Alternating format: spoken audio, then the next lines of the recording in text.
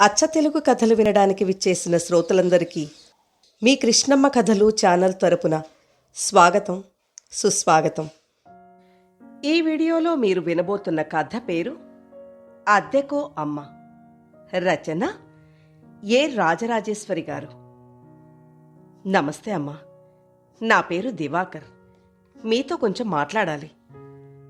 నాతో ఏం పని బాబు, నా వలన ఏమైనా సహాయం కావాలా అంటూ చదువుతున్న పుస్తకాన్ని పక్కన పెట్టి మంచినీళ్లు అందించింది కమలమ్మ. చల్లటి నీళ్లు తాగి స్థిమితపడ్డ అతడు ఆమె వైపు పరిశీలనగా చూశాడు. మనిషి ప్రశాంతంగా హుందాగా ఉంది. అతడు ఒక క్షణం తటపటాయించి, మీరు కాదనకుండా కొద్ది రోజులు మా ఇంటికొచ్చి మా అమ్మగా ఉండాలి. నా భార్యకిప్పుడు 4వ నెల, నా కూతురు స్మితకి 3 సంవత్సరాలు. మొదటిసారి ఏ సమస్య లేకపోయినా రెండోసారి కాంప్లికేటెడ్ అనిపించడంతో డాక్టర్ డెలివరీ అయ్యే వరకు బెడ్ రెస్ట్ రికమెండ్ చేశారు. కమలమ్మ చిరునవ్వుతో చూసింది. ఇలాంటి సమయంలో నీ భార్యకి తల్లి గాని అత్తగారు గాని దగ్గర ఉంటే బావుంటుంది, పరాయి దాన్ని నేనొచ్చే కన్నా. దివాకర్ గాఢంగా నిట్టూర్చాడు. ఆ అదృష్టం మాకు లేదమ్మా. పెద్దలను ఎదిరించిన ప్రేమ వివాహం మాది. వారు మనసు కష్టపెట్టుకుని మమ్మల్ని వెలివేశారు. ఇప్పుడు మాకింట్లో అమ్మ స్థానంలో పెద్ద దిక్కు చాలా అవసరం. మిమ్మల్ని ఇదివరకు నా ఫ్రెండ్ పెళ్లిలో ఆడపెళ్లి వారి తరపున మీరు చూపించిన మర్యాద, పెద్దరికం నన్ను, నా భార్య స్వప్నను చాలా ఇంప్రెస్ చేసింది. మీరైతేనే మా కుటుంబంలో ఇమడగలరు అనిపించింది. పాప మరీ చిన్నపిల్ల కావడాన ప్రతి క్షణం తల్లిని వదలక తిరుగుతుంది. ఇప్పటికే నేను చాలా సెలవులు వాడేశాను. నా భార్యను పాపను మీ సొంత మనుషులుగా భావించి వారికి అండగా ఉంటే చాలు. మేము అనాథలం కాదు, మాకు ఒక పెద్ద దిక్కు తోడుగా ఉందన్న తృప్తి, సంతోషం కలుగుతాయి. దయచేసి నా విన్నపం మన్నించండి. కమలమ్మ తన అంగీకారం తెలియచేస్తూ చిరునవ్వు నవ్వింది. సరే బాబు, నా అవసరం మీకు దాదాపు సంవత్సరం దాకా ఉండొచ్చును. మా ట్రస్టీని కలిసి ఫార్మాలిటీస్ పూర్తి చేసుకుంటే మీ ఇంటికి రావడానికి నేనెప్పుడైనా సిద్ధమే. దివాకర్ కళ్ళు మెరిశాయి. అలాగే అమ్మా, నేనిప్పుడే డబ్బు కట్టేస్తాను. రేపు ఉదయాన్నే వచ్చి మిమ్మల్ని మన ఇంటికి తీసుకెళ్తాను అన్నాడు ఆమెకు నమస్కరిస్తూ.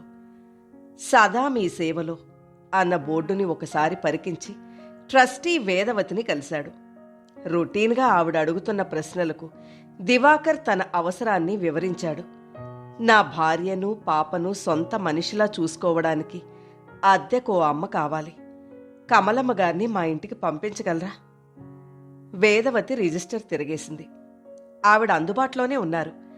మా ఆశ్రమం రూల్స్ ప్రకారం ఆవిడ సేవలు వినియోగించుకుంటున్నందుకు 10,000 అడ్వాన్స్ కట్టి ప్రతి నెల 5,000 మా సంస్థకు పే చెయ్యాలి. ఆవిడకి ఏ కష్టం కలగకుండా ప్రేమగా చూసుకోవాలి. ఆవిడ మీతో ఉండడానికి అయిష్టత వ్యక్తపరిస్తే అగ్రిమెంట్ క్యాన్సిల్ చేసుకుని వెనక్కి రప్పించుకునే హక్కు మాకుంది. మా కండిషన్స్ ఇష్టమైతే ఈ ఫామ్ నింపి సంతకం చేయండి. అతను సంతకం చేసి, చాలా థ్యాంక్స్ అండి, కమలమ్మ గారిని రేపొచ్చి తీసుకెళ్తాను అన్నాడు. వేదవతి చిన్నగా నవ్వి, ఈ క్షణం నుండి ఆవిడ కమలమ్మ గారు కాదు, మీ అమ్మగారు అంది. సదా మీ సేవలో అనే సంస్థ ఒకప్పుడు దిక్కులేని వృద్ధులకు, నిరుపేదలకు ఆశ్రయం కల్పించే స్వచ్ఛంద సంస్థ. ఆశ్రమంలో చేరిన వారు జీవితం నిస్సారంగా ఎటువంటి ఆనందం లేకుండా గడుపుతుంటే ఒక రోజున అనుకోకుండా ఆశ్రమవాసులంతా పెళ్లికి వెళ్లారు. అది ప్రేమ పెళ్లి. బంధువులెవరూ లేక వెలవెలబోతుంటే వీరంతా బంధువుల పాత్రలో ఇమిడిపోయి కళ్యాణం చాలా సరదాగా ఆనందంగా జరిపించారు. ఆ హంగామా చూశాక వేదవతి మనసులో ఒక పథకం రూపుదిద్దుకుంది. ఇంతవరకు దాతల దయా దాక్షిణ్యాల మీద ఆర్థిక శక్తి ఉండి తమ పోషణకు డబ్బిచ్చే వారి వలన ఆశ్రమ నిర్వహణ జరుగుతోంది. ఎవరికి ఏ అవసరం కలిగినా బంధువుల రూపంలో వారిని పంపిస్తూ సదా మీ సేవలో అని ఆశ్రమానికి పేరు పెట్టి వారి నుండి నిర్ణీత రుసుము వసూలు చేయడంతో తమ ఆర్థిక అవసరాలు తీరడంతో పాటు తమ జీవితంలో పోగొట్టుకున్న ఆనందాన్ని పొందగలుగుతున్నారు. దివాకర్ కమలమ్మను తనింటికి తీసుకొచ్చాడు. ఇల్లు చూడముచ్చటగా ఉంది. స్వప్న ఆమెను ఆప్యాయంగా పలకరించింది. వచ్చిన కొత్త మనిషి ఎవరో అర్థం కాక కర్టెన్ చాటుకు చేరిన స్మిత ఆవిడ వైపు దొంగచూపులు చూడసాగింది. నానమ్మ వస్తుందని చెప్పాను కదా, స్మిత ఇలా వచ్చి నమస్తే చెప్పు అని తండ్రి పిలవడంతో స్మిత సిగ్గుపడుతూ వచ్చి నిలుచుంది. ఉంగరాల జుట్టు, పెద్ద పెద్ద కళ్లతో బొద్దుగా ఉన్న స్మితను దగ్గరకు తీసుకుంది కమలమ్మ. అమ్మా, ఈ రోజుకి హోటల్ నుండి క్యారేజీ తెచ్చేస్తాను. రేపటి నుండి నేను వంట చేసి ఆఫీస్కెళ్తాను. మీరు కేవలం స్వప్న స్మితలకు వేళకు అమర్చండి చాలు అన్నాడు దివాకర్. కమలమ్మ వాత్సల్యంగా చూస్తూ అంది. బాబు, నాకు అమ్మ స్థానాన్నిచ్చి ఆదరిస్తున్నావు కాబట్టి నన్ను మీరు అనడం మానేసి వంట సంగతి మర్చిపో. నేనిక్కడ ఉన్నంత వరకు సదా మీ సేవలోనే ఉంటాను.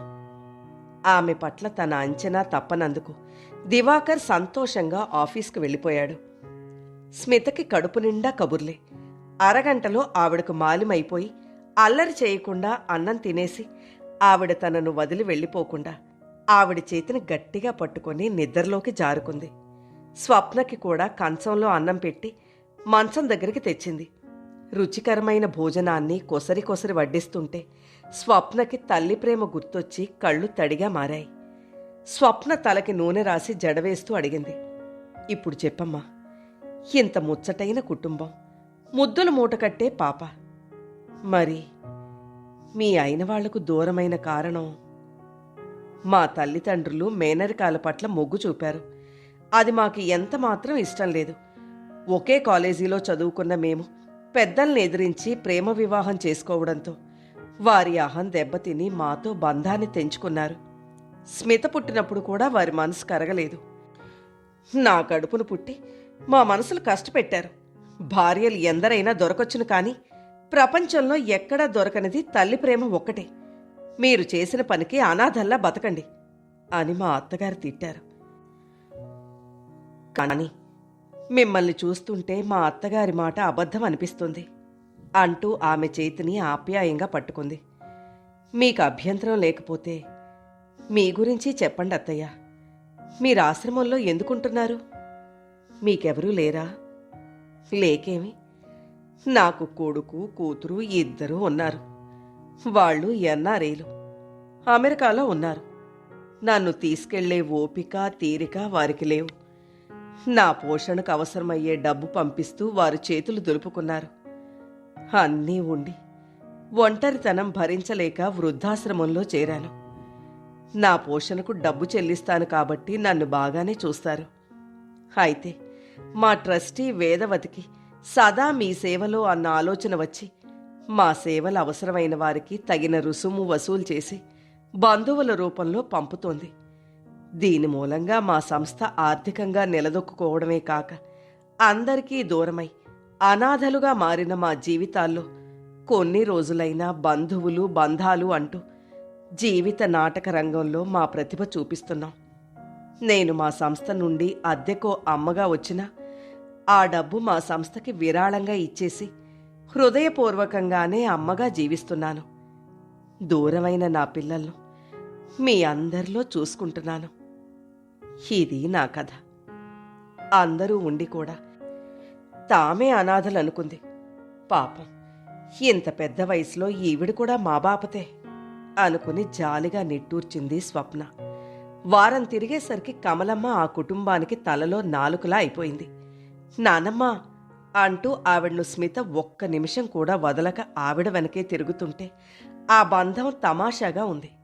స్మిత ముద్దు మాటలు, కొత్తగా నేర్చుకున్న పద్యాలు, స్వప్న స్మితలతో కమలమ్మ సఖ్యత ఐకమత్యం చాలా సహజంగా అనిపించడంతో దివాకర్ వీడియోలో చిత్రీకరించాడు. రోజులు గడిచే కొద్దీ కమలమ్మను తాము సహాయం కోసం తెచ్చుకున్న మనిషన్న విషయం దాదాపు మర్చిపోయారు. ఎడారిలో ఒయాసిస్లా మా జీవితాల్లోకి ప్రవేశించి ఇంత మమతానురాగాలు పంచుతున్న అమృతమూర్తివి, ఇంత మంచి మనసున్న అమ్మను దూరం చేసుకున్న నీ పిల్లలు నిజమైన మూర్ఖులు. అమ్మా, మా కోరిక మన్నించి ఎప్పటికీ మాతోనే ఉండిపో. ఇక ఆశ్రమానికి వెళ్లాలని ఆలోచన చెయ్యొద్దు అన్నాడు దివాకర్ ఆరాటంగా.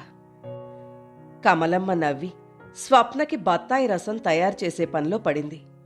పూర్తి బెడ్ రెస్ట్ దొరకడంతో స్వప్నకి నెలలు నిండి పండంటి కొడుకును కంది. స్మిత ఆవిడను క్షణం కూడా వదలక అంటిపెట్టుకోవడం సంతోషం అనిపించినా, ఒకవేళ ఆవిడ ఆశ్రమానికి వెళితే, స్మిత బెంగపడితే.